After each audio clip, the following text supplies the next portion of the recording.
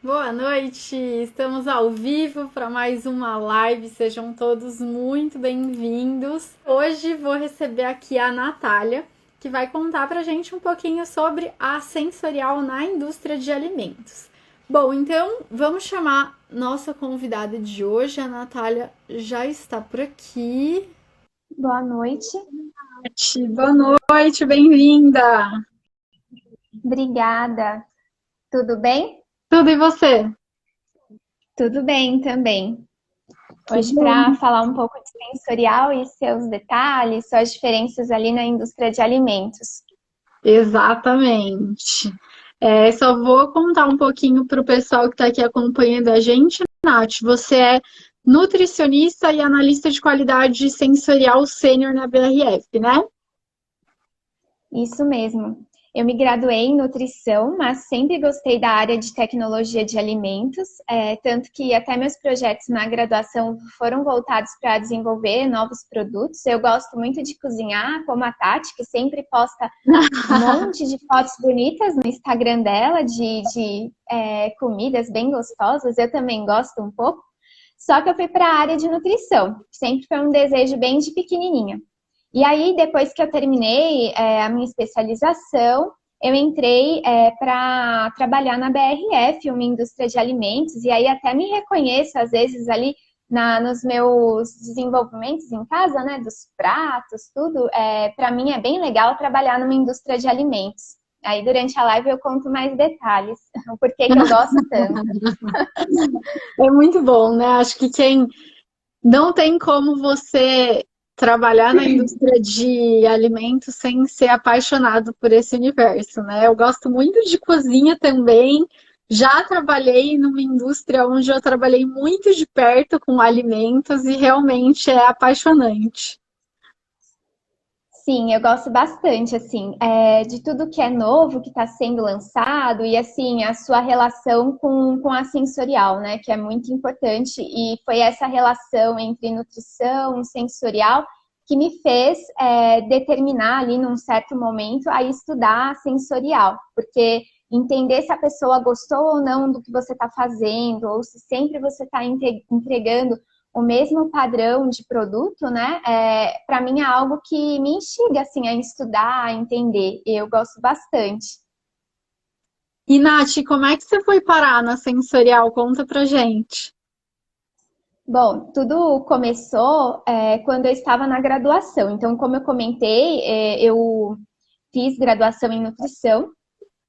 E na graduação eu quis fazer trabalhar com pesquisa, então ser aluna de iniciação científica. Eu achei que seria interessante na época e fiz essa opção ao invés de fazer estágios.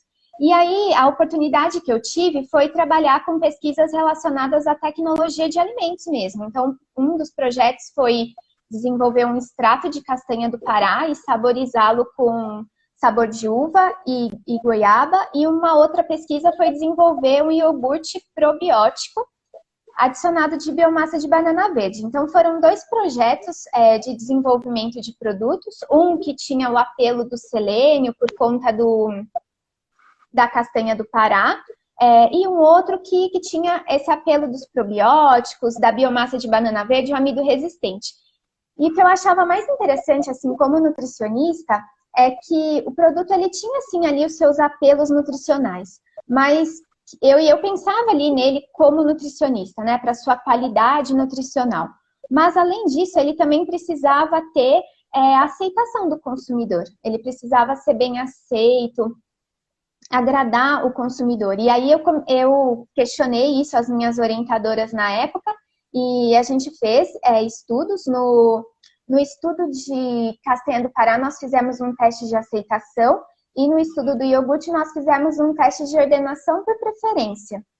Mas você, Na época, a nossa você intenção chegou era... a ter Você chegou a ter sensorial na graduação ou você foi lá de curiosa mesmo e foi atrás para aplicar? Eu fui de curiosa mesmo. A minha professora, a primeira professora de Castanha do Pará, né, do projeto de Castanha do Pará, ela fez a disciplina de sensorial, a mesma que eu fiz no mestrado e no doutorado, porque ela é da mesma instituição que eu me especializei. E aí, ela ensinou. Eu lembro que teve um dia que nós sentamos e como a gente não tinha disciplina, ela falou, olha, vocês vão fazer um teste, ele vai funcionar assim, assim, assim, vou ensinar vocês a balancear. Explicou qual era a importância de balancear. O de ordenação por preferência, a nossa ideia era comparar o iogurte nosso com o do mercado, né? Ordená-lo por preferência. E aí nós não sabíamos muito bem ordenar. Então, como que era a metodologia de ordenação? Eu me lembro que nós pegamos um livro de sensorial, eu não lembro se era da professora Silvia, porque já faz alguns anos, pessoal, que eu me formei. Fez 10 anos esse ano. Então, imagina, a pesquisa já deve fazer uns 12 anos. Vou completar 10 anos de formada esse ano, gente, como o tempo passa. Passa muito rápido. E aí eu lembro que nós sentamos um dia e começamos a ler a metodologia. E aí nós pensamos, vamos reproduzir. E reproduzimos, deu certo. O nosso produto, se eu não me engano, ele não foi tão bem aceito como o do concorrente, mas o concorrente ali, o do mercado, foi mais bem aceito. Mas tudo bem, era um desenvolvimento.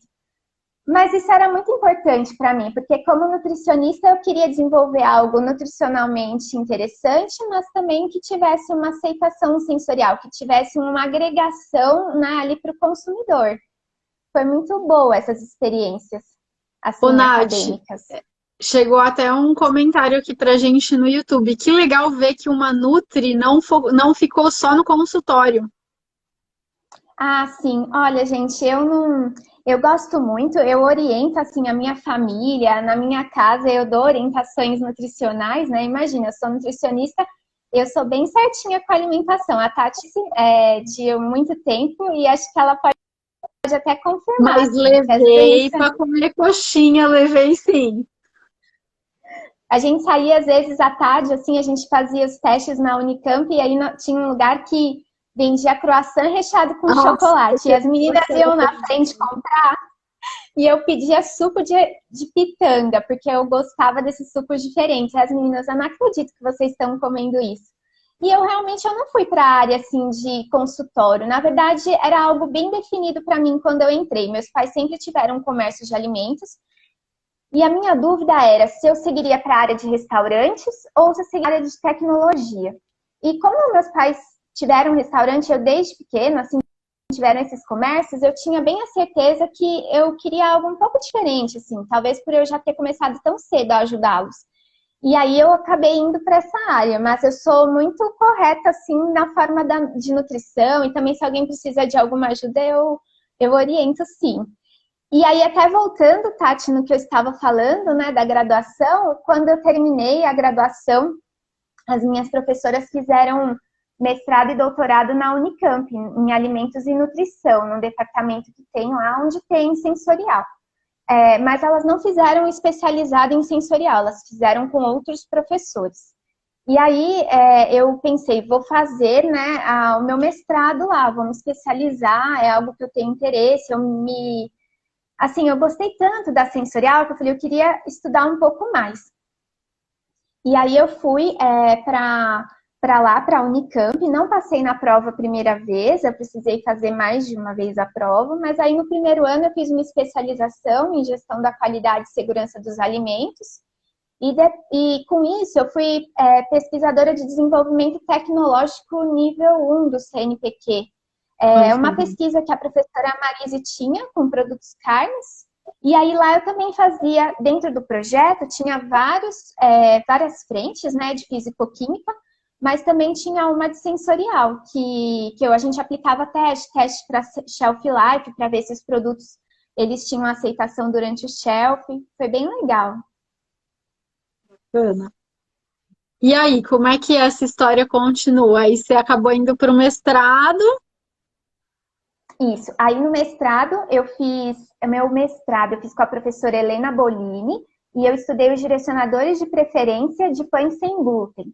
Então, foi um estudo onde eu desenvolvi os pães sem glúten e fiz um estudo de ADQ e teste com o consumidor. Depois, nós fizemos algumas correlações estatísticas para entender os direcionadores.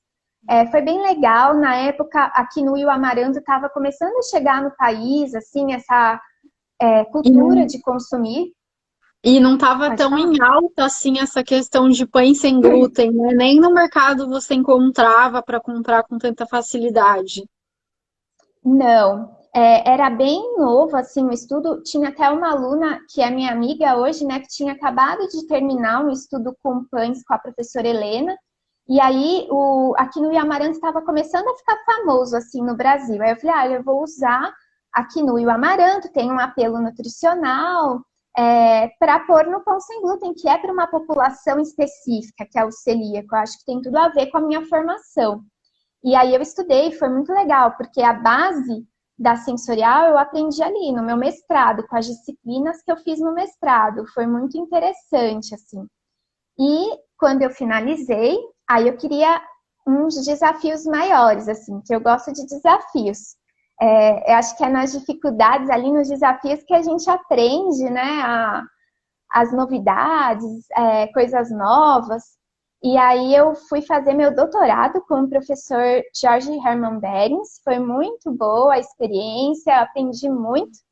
Com o professor, eu aprendi muito a parte de estatística. O professor, ele tem muito jeitoso ali para explicar, né? Foi uma experiência muito boa, assim.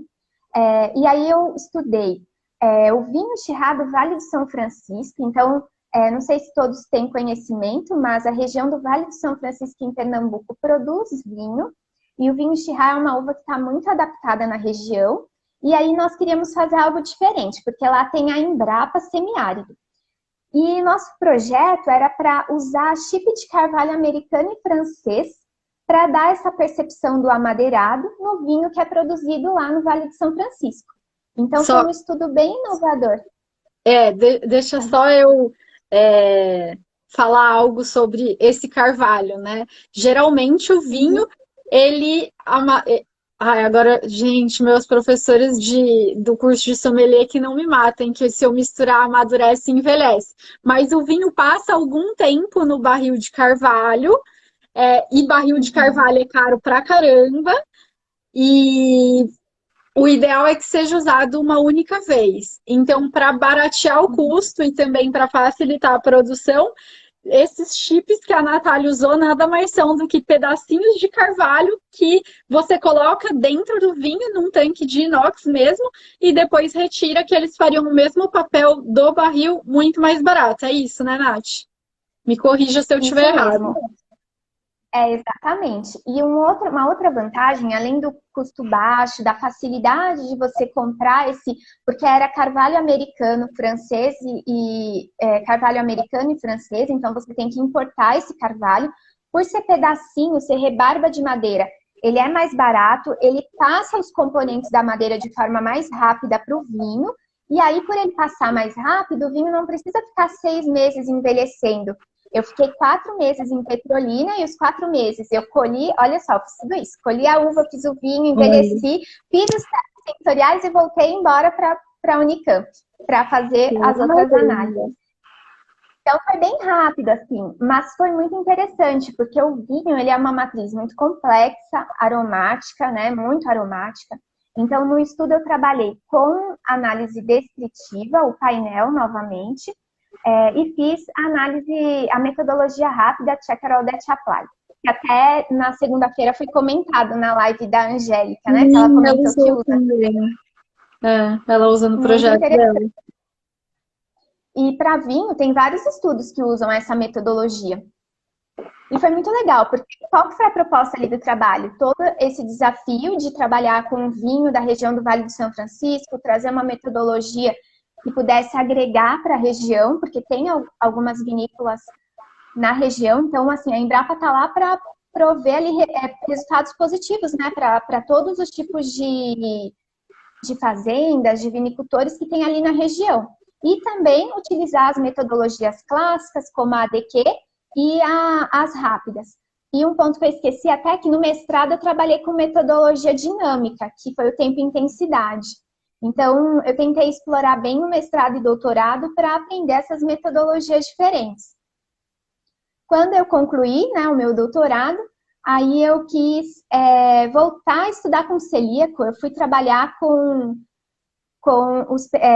na Unifesp, com a professora Vanessa Capriles, então nós estudamos a percepção do consumidor celíaco frente aos produtos sem glúten comercializados no Brasil. Então, a nossa ideia nesse estudo é entender se eles estavam satisfeitos com os produtos, que pontos que podiam ser melhorados nos pães, né? E aí eu fiz um estudo qualitativo com técnicas projetivas. Então, era um questionário online, onde eu mandava as questões. Então, tinham algumas questões que eram projetivas, tinha um estímulo, e a pessoa tinha que responder o que lhe vinha à mente a hora que ela via aquele estímulo. Foi bem interessante e eu estou bem contente hoje, porque hoje o artigo foi publicado, exatamente hoje. Que boa notícia, parabéns! Obrigada. Hoje ele saiu no Journal of Sensory Studies, esse artigo, e aí ele está disponível. Então, muito bem bom. feliz com essa publicação. Ficou bem interessante e, assim, nós verificamos o quanto é importante essa conexão da indústria com a academia, né? Então, existem pontos a ser melhorados nos pães sem glúten, que eles pontuaram no estudo, mas tem tanta análise, tantas metodologias sendo usadas na academia, que esse estreitamento entre indústria e academia precisa ser realizado para a indústria ter acesso também, poder aplicar essas metodologias ou os ingredientes para melhorar a qualidade do pão.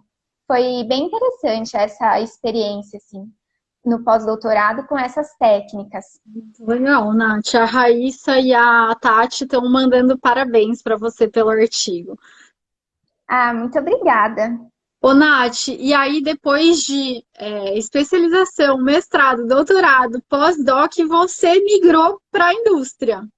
Como é que foi essa decisão? Como é que foi esse movimento? Foi difícil você achar uma posição na indústria ou você encontrou o que você queria? Como é que foi essa busca? Olha, eu comecei a buscar desde o doutorado. A escolha do pós-doc, ela foi importante para mim como desenvolvimento ali acadêmico, mas no doutorado eu já tinha interesse de trabalhar na indústria de alimentos. Eu me posicionei, eu me apliquei, né, meu currículo em diversas vagas diferentes em várias indústrias. Até que eu penso assim, que as coisas acontecem sempre no momento certo, né? No melhor momento. A minha bolsa de pós-doc terminou e abriu essa vaga na BRF para analista de qualidade. E aí eu me inscrevi, era uma vaga que eu achei que tinha muita relação comigo, porque tinha a questão descritiva. Eu também sempre tive vontade de trabalhar assim numa grande empresa, então a BRF é uma empresa bem importante, porque ela está presente em mais de 130 países. Ela é uma empresa que tem marcas icônicas como a Quali, a Perdigão e a Sadi. Então, penso assim que, com tudo que eu estudei, por ser uma empresa bem grande, eu poderia aplicar ali todo o meu conhecimento adquirido.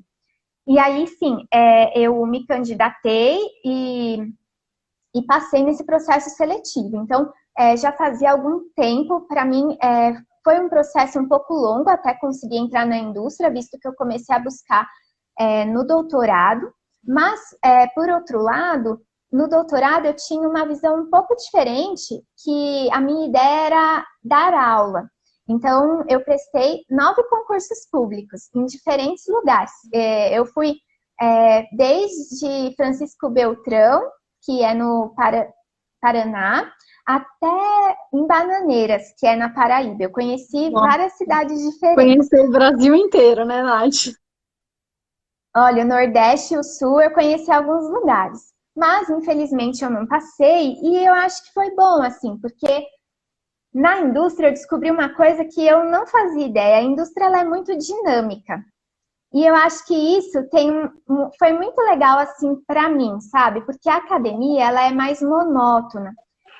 Mas, assim, as atividades, não que ela é monótona no mau sentido, mas que nós temos mais tempo para fazer, nós conseguimos organizar a nossa rotina para fazer o teste, planejar o produto.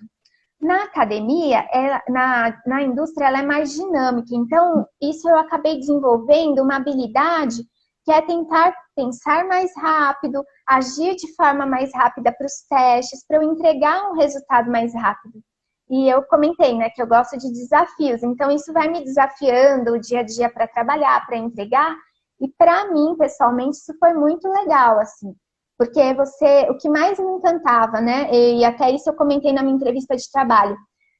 Na academia, eu desenvolvo um produto, ou participo de um produto, ou monitoro um produto, eu que estou na qualidade, eu acho super bacana chegar no mercado e ver aquele produto na gôndola, ou ver até alguém comentando, ou até assim, quando alguém vai comprar da minha família, compra e comenta, olha, tem tal produto, é novo, né, da Sadia, da BRF, Que da legal. Perdigão, aí eu comento que é assim, e é legal quando você fez parte, né, e quando a pessoa gosta. Na academia, sim, são resultados super relevantes e acho super legal todas as pesquisas que existem, né? Acho que sem a ciência a gente não iria progredir tanto, acho que a ciência é essencial. Fico super feliz quando tem projetos de saúde e de todas as áreas, é muito legal. Só que, como foi a oportunidade que apareceu na indústria, esse dinamismo me conquistou. E eu gosto muito mesmo. Às vezes até penso assim, nossa, será que voltar, né, na sala de aula, como que seria para mim assim se eu tivesse que voltar? Né? Hoje eu me realizei assim na indústria. Mas também é algo que não exclui, né? Acho que se você um dia decidir conciliar com o seu trabalho a sala de aula ou mesmo ir para a sala de aula, você vai voltar com muito mais bagagem para compartilhar com os seus alunos, né? Porque Com certeza.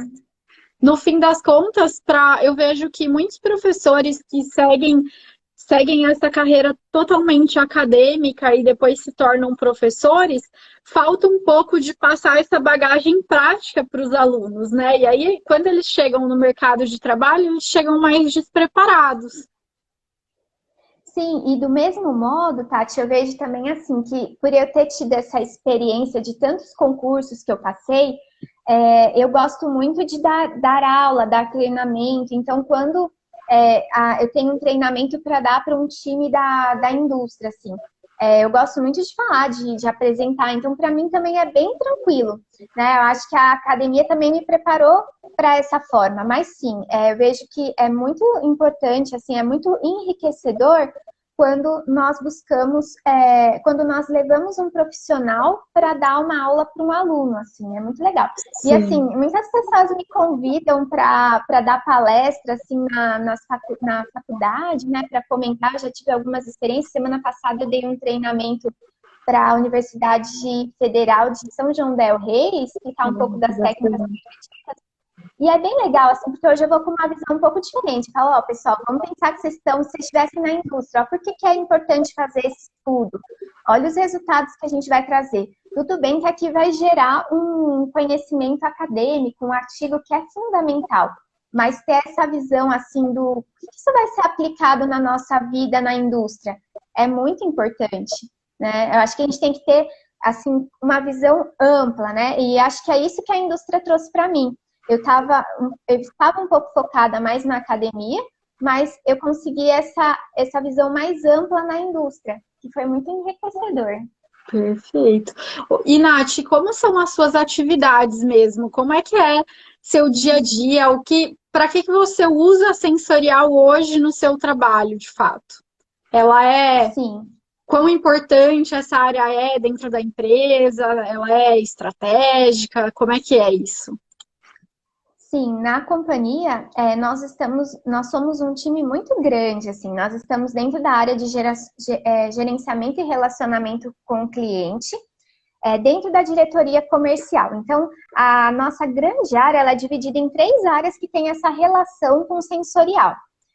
A primeira é Consumer Science, que entende o quanto os consumidores gostam ou desgostam de um produto, validam claims. Tem uma outra área que chama Customer Experience, que trabalha com a experiência do cliente. Então, muitos dos clientes que nós fornecemos produtos, né, existem esse entendimento, né, de quanto ele gosta né, do serviço. E tem a minha área, que chama Qualidade Percebida. Então, como a Tati comentou, eu sou da área de qualidade e eu trabalho com a qualidade sensorial dos produtos, com o padrão sensorial. Então, é importante que quando eu vá consumir um produto, ele sempre o padrão dele esteja igual, Sim. para para ele sempre encontrar, para a gente fidelizar o cliente. Então, o que eu faço hoje? Trabalho com testes descritivos, testes discriminativos para homologar, por exemplo, novos fornecedores.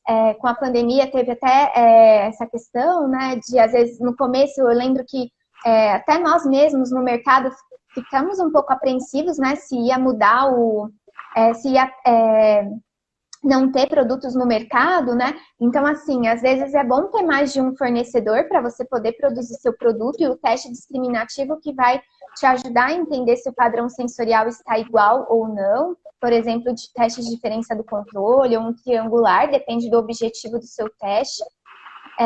E também para replicação de fábrica, o teste discriminativo é importante. Os painéis são bem importantes para a gente entender a identidade do produto, entender outras marcas, né, como que elas estão. Então, hoje trabalho muito com essas metodologias, então sempre entendendo o perfil do produto, e também trabalho com treinamento, por exemplo. Então, nós temos vários analistas de fábricas, todas as áreas precisam entender o valor sensorial daquele produto, né, a voz do consumidor, o padrão sensorial. Então, a gente dá muito treinamento para outras áreas. E também, esse ano, eu tenho trabalhado um pouco mais com melhoria contínua, voltada ali para sensorial. Então, isso também é um ponto importante, que eu voltei ali a trabalhar um pouco mais intensivamente ali com estatística, que é algo que eu trabalhei bastante no doutorado. E, Nath, os testes que vocês fazem aí, eles são todos feitos dentro da empresa mesmo? Ou às vezes você recorre a institutos de pesquisa, por exemplo, ou algo do tipo? Depende um pouco do teste que vai desenvolver, o objetivo, mas a gente nós trabalhamos com as duas frentes. Então, existem testes que são realizados internamente e existem testes que são em parceria com os institutos de pesquisa. Principalmente agora, também com a pandemia, a empresa trabalha home office, né, em função da pandemia mesmo. Então, capacitamos ali, né, os protocolos de pesquisa com as empresas que trabalham conosco, e aí alguns estudos são sim com institutos de pesquisa. Depende um pouco do objetivo, da rapidez que precisa do resultado, aí sim nós contactamos sim, porque fica um pouco mais ágil, né, para o nosso resultado. Depende ali do objetivo também. Sim. Ô, Nath, já que você comentou de pandemia, testes na pandemia, é um assunto recorrente aqui. Vocês têm feito sensorial agora na pandemia? Como é que vocês fazem? Vocês estão enviando produto para casa das pessoas ou vocês estão combinando um rodízio no laboratório? Como é que está sendo isso? Sim, existe essa questão sim do rodízio para testes que é importante ter toda a estrutura do laboratório. Então, existem protocolos, o nosso laboratório está todo demarcado também, né, para evitar, por exemplo, demarcação para o número, né, de pessoas que pode ter no ambiente. Então, tem pessoas que sim, que vão trabalhar lá no local, ou às vezes ocorre sim o envio de amostra, e aí nós fazemos como se fosse lives, né, sessões, assim, reuniões online, para discutir esses pontos do produto, para entender, aí depende muito. E também, às vezes, o Instituto de Pesquisa grava, né, mostra ali a sessão acontecendo ao vivo, para que a gente possa ver, né, sessões que são importantes, assim, como levantamento de atributos. Depende muito do teste, mas tivemos sim que adaptar essa estrutura de envio de amostras. Bom, Nath. E você comentou que onde você trabalha, tem uma parte da empresa que cuida mais da parte de consumidor e você mais focada na parte de qualidade. De quantas pessoas, mais ou menos, a gente está falando aí no time de sensorial? Nossa, nosso time deve ter umas 14 pessoas, acho que por aí. E, inclusive, tem vagas abertas no LinkedIn para as duas áreas. Então, se alguém estiver assistindo a live e também tiver interesse, a companhia ela, está crescendo, né? Então, nós temos um projeto de crescimento para o ano de 2030. E a expansão, o propósito, né, é aumentar, expandir a companhia, ter mais opções de pratos prontos, snacks. Então, com isso, a expansão da companhia também visa aumentar o time para que a gente possa trabalhar com sensorial. Então, até a semana passada, eu tenho certeza que as vagas estavam abertas, mas quem tiver interesse, olha no LinkedIn. Eu também vi, eu acho, Nath, tanto para consumidor como para qualidade em vários níveis, né? Tinha vaga mais júnior, tinha vaga de especialista também. Sim, tinha para Consumer Science, né? Ou tem, é que eu não tenho certeza agora, precisava olhar. Para Consumer Science, isso, para sensorial, Letícia. Para Consumer Science, para área de qualidade, tinha para auxiliar de laboratório, para técnico. Quem sabe, né, quem está assistindo possa vir ser meu companheiro de trabalho, meu colega. Vai estar muito bem acompanhado, com certeza. A Duda está perguntando qual é a indústria. BRF, Duda, é a empresa que tem as marcas a companhia que tem as marcas Perdigão, Sadia e Quali. Aí lá no LinkedIn tem as vagas, ou no site da própria BRF mesmo, tem a parte de talento, se eu não me engano, e aí você pode buscar as vagas. Perfeito. É bom sempre ficar de olho. Lá no LinkedIn também é só jogar sensorial que eu tenho visto outras oportunidades abertas também, além da BRF. É claro que em outros lugares você não vai ter oportunidade de trabalhar com a Natália, né, Nath? Sim. Mas também Sim. tem vagas lá. Vamos ver pelo lado positivo, né? Que em plena pandemia a gente tem visto vagas, né? A companhia está abrindo tantas vagas, eu falo aqui mais especificamente da BRF, mas como a Tati disse, tem outras vagas que estão abrindo, então, mesmo em pandemia, a área sensorial está sendo vista, a gente está conseguindo ver a importância que ela tem, né, para a gente direcionar as outras áreas, né, da companhia, P&D, marketing, ou até mesmo para empresas pequenas, o quanto a sensorial é importante. Então, eu acho assim que a cada ano, né, eu comecei na sensorial em 2011, né, me especializei. E ela tinha um dimensionamento, mas hoje eu vejo que os estudos estão muito maiores, a representatividade da sensorial está muito maior, então é muito importante a gente se especializar, que eu acho que está tomando dimensões bem grandes, assim, a sensorial. Sim, com certeza. Ó, a Estela comentou aqui no YouTube que podia ter vagas para o Rio. Estela, olha só, eu vi recentemente uma na Ambev que era no Rio, por exemplo. É só ficar de olho, viu? Fica de olho que tem. Né, Nath? Eu não lembro agora quando exatamente, mas eu vi que tinha uma para Ambev no Rio também. Ativa lá, gente, no LinkedIn.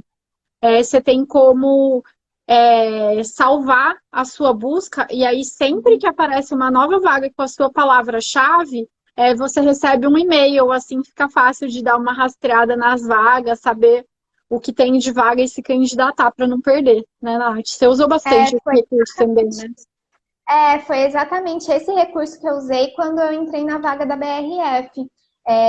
Eu fui no LinkedIn, fiquei mais ativa. Eu confesso que durante o doutorado eu não era muito ativa, mas aí no pós-doc eu fui ficando mais ativa, né, nesse período final, que logo eu ingressei na BRF. No último ano eu fiquei mais ativa, coloquei essas palavras-chave até que apareceu a vaga na BRF, aí eu me inscrevi. Apliquei no próprio LinkedIn mesmo e me chamaram por lá. Muito bom, muito bom. E ter, claro, o currículo bem atualizado, né, com todas as suas Sim. com todas as suas experiências ali e tudo mais, né? Sim, é bem importante. E acho que é bem importante ali no momento você mostrar ali o quanto que você pode aplicar de diferencial, né? Então, sua segurança ali com o sensorial, o que você pode trazer para a companhia, o que você pode trazer de forma estratégica para a companhia, para o negócio. Então, como você pode agregar valor com a sensorial para o negócio, né? Acho que isso é algo que quem está te entrevistando vai achar muito bacana, assim. Olha, ela tem conhecimento, ela sabe usar a sensorial de forma estratégica e vai trazer resultado positivo, né, para a companhia. Não digo assim um resultado que todo mundo gostou da amostra, por exemplo, mas mesmo que todo mundo não tenha gostado, você vai recomendar um caminho ali para o time, né? Perfeito. É algo que eu sempre falo aqui, é que não basta você ter o conhecimento. Você tem que saber aplicar esse conhecimento para gerar valor para a empresa que você tá, né? Porque ter o Isso, conhecimento por ter. sim. Ô, Nath, e como é que é a sua rotina de trabalho? Assim, o que que você faz no dia a dia? Bom, como eu disse, então eu trabalho com a parte sensorial, do padrão sensorial, então no dia a dia eu dou treinamento para a indústria, para a parte de operações, existem vários treinamentos que eu dou diariamente, existem testes que eu tenho que contratar, então, para as empresas, né, para o Instituto de Pesquisa, então, realizamos reuniões para poder planejar o estudo junto com eles, principalmente agora na pandemia, que não dá para ficar junto.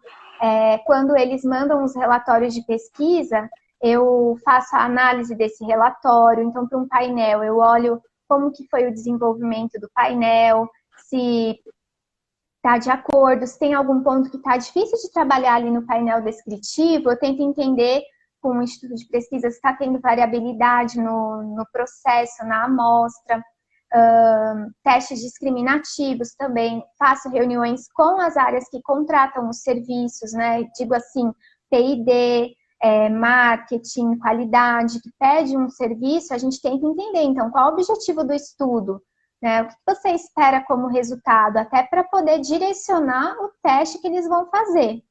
Porque às vezes eles veem muito, eu não sei como que é a experiência de quem está escutando, mas muitas vezes, vamos fazer um teste de aceitação? Às vezes para um padrão sensorial descritivo ou discriminativo. Então, tento levar um pouco ali do conhecimento teórico para eles entenderem que não é só aceitação que é sensorial, né? Não é só, a sensorial não é feita só de teste de aceitação. E, como eu comentei, tenho trabalhado com a parte de melhoria contínua esse ano. Então, para entender um pouco ali do padrão sensorial, projetos ali de melhoria de padrão sensorial. Isso é algo que eu tenho gostado muito, assim, que esse ano está sendo bem diferente para mim. Estou me formando, né, na metodologia Greenbelt, então estou usando essas metodologias no dia a dia. Ô, Nath, você cuida de algum produto, alguma categoria, alguma marca específica? Sim, eu cuido. Então, como a companhia é muito grande, então os analistas são divididos por setores, assim, né? Então, eu particularmente cuido da categoria de congelados, pratos prontos, congelados, né? Dentro deles, pratos prontos, e a categoria de spreads, que seria margarinas, manteigas, requeijões. Cuido dessas duas categorias, que Legal. são bem diferentes, eu acho, assim. São bem, Os Nath, pratos desculpa, cortou um elas pouquinho. são bem diferentes no meu Ah, ponto de vista, né? Porque pratos prontos são complexos, talvez igual os vinhos, né? Que eu já trabalhei anteriormente. É que o vinho é mais aromático, mas o prato pronto, né? Tem toda a sua complexidade. beleza. E as categorias de spreads têm essa questão do... O que eu acho muito interessante nela é essa questão do tempo e da intensidade dela, né? Ela é um pouco mais dinâmica, a categoria de spreads. Né? Tem a questão do derretimento, então tudo isso influencia na percepção, é bem interessante. E é bem essa categoria dos pratos prontos que você trabalha é super desafiadora, né? Eu fico imaginando, por exemplo, quão desafiador é você analisar uma lasanha congelada. Porque tem Então, massa que você tem que avaliar a textura, quer dizer, textura entre outros, né? Mas aí tem molho que você tem que avaliar sabor, aí tem presunto, tem queijo, ver se derreteu tem a bem, ver se ela aparência, aqueceu por igual. Nossa, deve ser. uhum, tem a aparência superficial, a aparência entre camadas, é muito interessante, assim, avaliar. E também, imagina, desenvolver um painel com esse produto, né? Como é desafiador, né? E a 1 sua milhão de variabilidade. atributos, mais ou menos, né? Sim, isso é uma grande diferença comparada à academia, porque minha experiência na academia era com produtos mais redondos, assim, pão, imagina, pão não tem muitos atributos, né? O vinho, ele tem bastante atributo, mas ele é um produto líquido. E aí, imagina você ir trabalhar com produtos, assim, alimentícios, né? Então, tem ali as suas diferenças, né? Aparência, textura, sabor, aroma, então foi agregando muita coisa. Imagino. Ô, Nath, como é quando você mostra resultados de uma sensorial para o time da companhia? Como é que isso é recebido? O pessoal já entende o que é sensorial, já entende que aquele resultado é válido, ou o pessoal trata, ai, como é subjetivo isso, é só opinião de um monte de gente? Como que o pessoal trata quando recebe esses dados? Bom, quando eu vou apresentar algum dado, talvez por eu ter essa questão mais didática, eu gosto de explicar o porquê que a gente utilizou aquele teste, até antes, né, de solicitar o teste, eu dou uma aulinha sobre o teste, assim, por que que a gente vai fazer aquele teste, qual análise que nós vamos fazer, qual é o resultado esperado que tenha, né, quais são as hipóteses ali daquele estudo. Então, se for positivo, qual o caminho? Já tentar pensar ali com o pesquisador, né? Olha, se a gente tiver um resultado positivo, a gente pode caminhar nesse sentido com a pesquisa. E se for negativo, nós podemos caminhar com esse outro sentido, né? Mas já aconteceu também de dar um resultado que não era um resultado esperado, né? Então, e é super natural, porque um resultado negativo, eu penso assim, que um resultado negativo ele também é um resultado positivo, né? É um ponto de melhora ali, de aprimoramento, de testar uma nova tecnologia. Tudo bem que na indústria às vezes a gente não tem tempo, né? Eu falo que tudo acontece no gerúndio, tudo está acontecendo agora, é para ontem. Você É precisa do resultado verdade. para ontem, não para hoje. E aí, mas o que eu faço? Quando tem um resultado negativo, eu comento, olha, esse resultado não foi como era esperado, e o que aconteceu? As diferenças foram, eu pontuo onde foram as diferenças, e sempre dou uma recomendação, olha, vamos seguir fazendo alguma modificação no seu produto, é possível fazer? Ah, não é possível, então talvez tenha que ver de Consumer Science se o consumidor aceita esse produto da forma como ele está, né? Porque existe uma entregada nele que vai trazer algum benefício. Então, do conceito, porque e me embasar na literatura. Então, eu gosto muito de ler artigos, de ver assim o que tem de novo. E isso me ajuda, porque a hora que eu vou lendo, quando eu vou explicar, fica mais fácil assim para eu explicar para eles. Porque se há questionamento, eu falo, olha, mas na literatura isso já foi feito, é feito assim, assim. E aí eu consigo embasar e dar ali a credibilidade, né, do resultado para que eles tenham confiança que a gente está deliberando um resultado que é real, que a recomendação precisa ser seguida para a gente achar um resultado mais positivo ou não, né? Perfeito. Super importante esse embasamento, Nath. A Raíssa estava comentando aqui, e eu achando que avaliar lácteos era complexo. Pratos congelados é muito mais. Ah, é sim, Raíssa. É mais complexo. Imagina quando tem massa, carne, existem vários tipos de textura ali. Imagina, tem a maciez da massa, tem a questão da carne, que tem as fibras. Às vezes tem um molho, aí tem a questão da cremosidade do molho. Você precisa. Eu lembro que ontem a Yara falou assim: existem vários mundos, né? Ela usou o termo assim: existem vários mundos. O painel, existe um mundo para um determinado painel, outro mundo para outro painel. E imagina, o pronto é um mundo à parte, assim. É muito grande, é um mundo imenso. É verdade. Ô, Nath, e falando em mundos, qual foi o teste mais desafiador que você já fez? Em qual desses mundos que foi e por que que ele foi tão desafiador assim?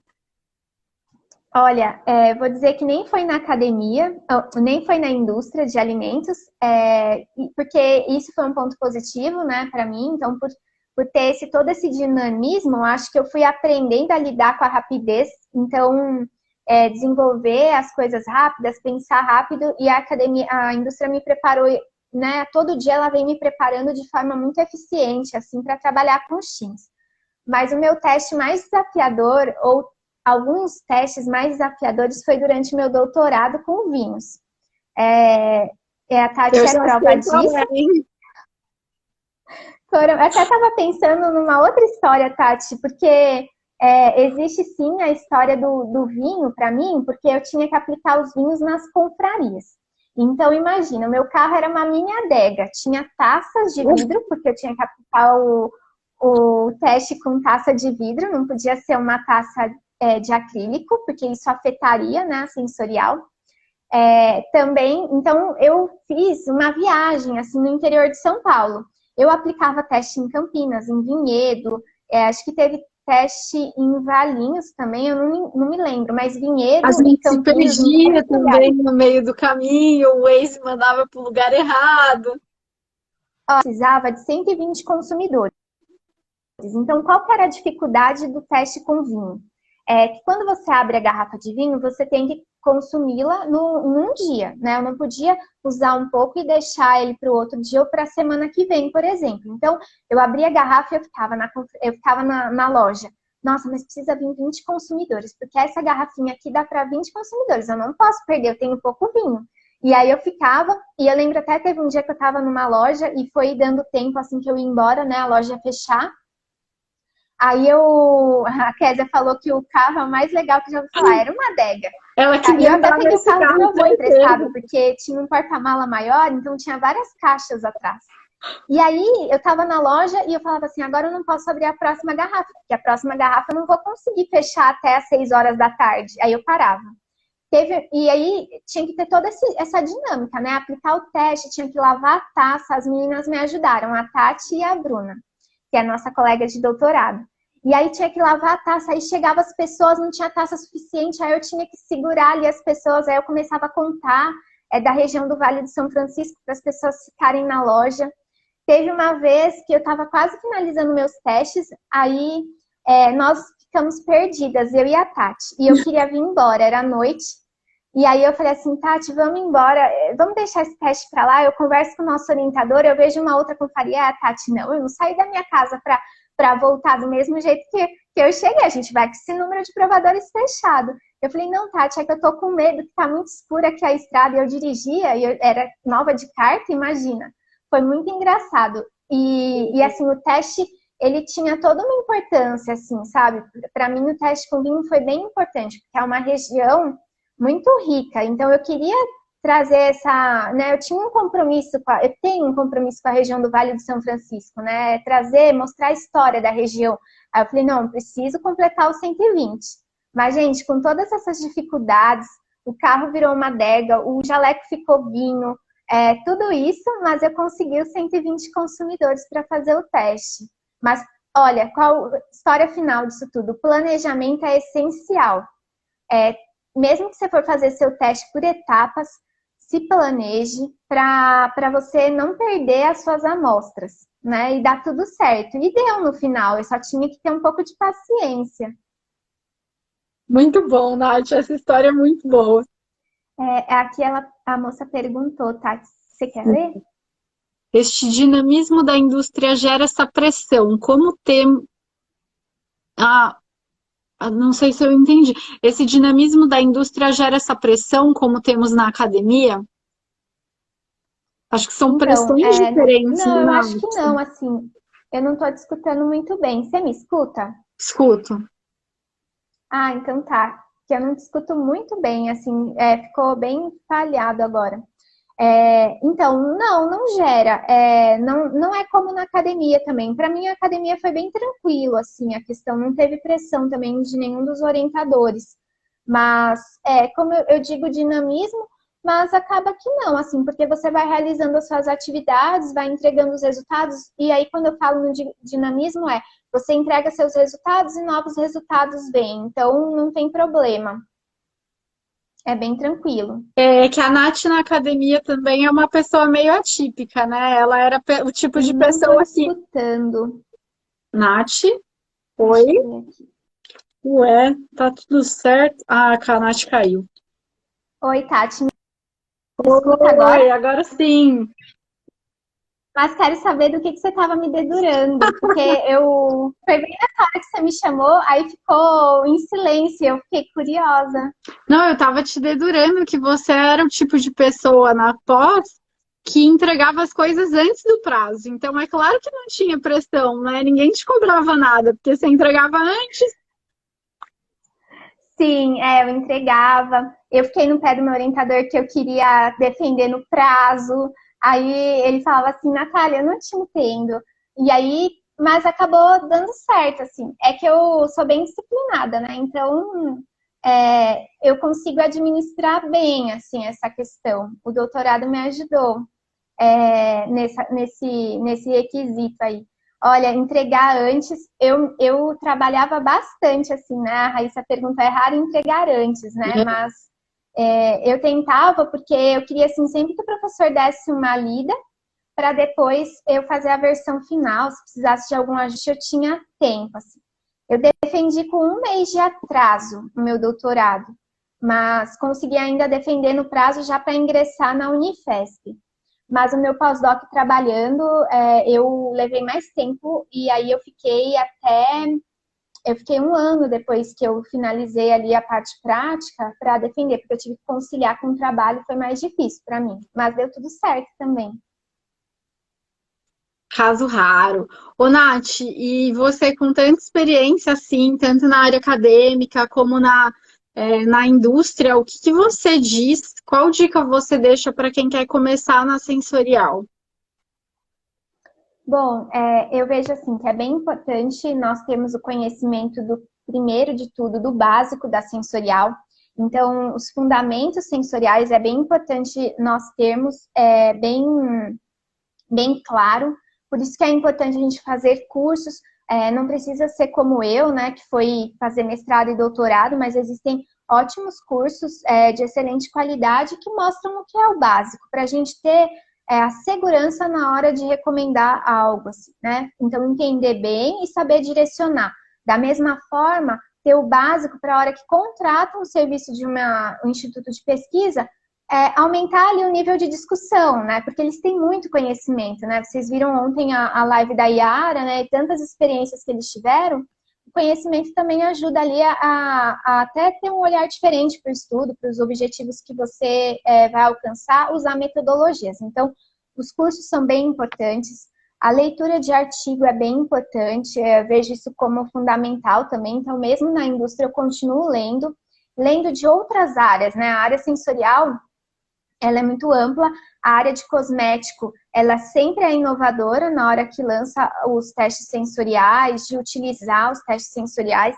Então, assim, é uma leitura bem recomendada, ver ali, né, o Journal of Sensory Studies, ele é bem bacana porque ele traz ali estudos do dia a dia para várias áreas. E tem o Food Quality and Preference, que também traz estudos mais as novidades em sensorial, né? Então, assim, pelo menos é esse olhar que eu tenho, né? Então, o Food Quality, você quer entender uma metodologia nova, ou uma metodologia que já existe, mas que quer a fundamentação, está bem ali no jornal, né? No Food Quality. E o Journal of Sensory Studies mostra ali as várias áreas de aplicação, né? Os mundos que a sensorial tem, né? Como até a Yara comentou ontem. Então, é bem legal para entendimento.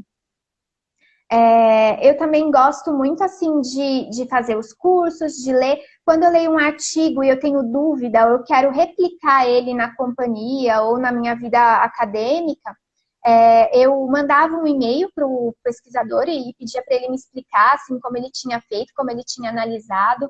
Manter contatos na área de sensorial é bem legal, assim, para você tirar dúvidas, é bem fundamental.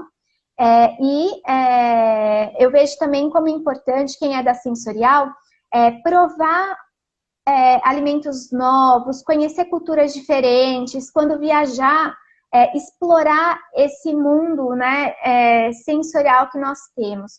Porque é importante, assim, você ter essa visão, entender, saber as diferenças, né, culturais, porque quando chega um produto novo para você, ou qualquer outro produto, você consegue reconhecer os atributos daquele produto. Então, conhecer os diferentes temperos, os temperos de cada cultura, né? Aproveitar ele para entender, assim, as suas viagens. perguntar, questionar, conversar com quem é daquele local, porque ele vai te dar muita informação. Entender um pouco de estatística, eu acho que é bem importante, e aí você pode estudar por meio de livros, fazer cursos específicos. Eu fiz curso tanto na área de estatística mesmo, né, para entender dentro da área sensorial, como também nos programas estatísticos. Então, isso também foi interessante para dar um pouco mais de segurança. Então, assim, trabalhar de forma bem ampla sensorial, isso vai ser fundamental. Muito bom, Nath.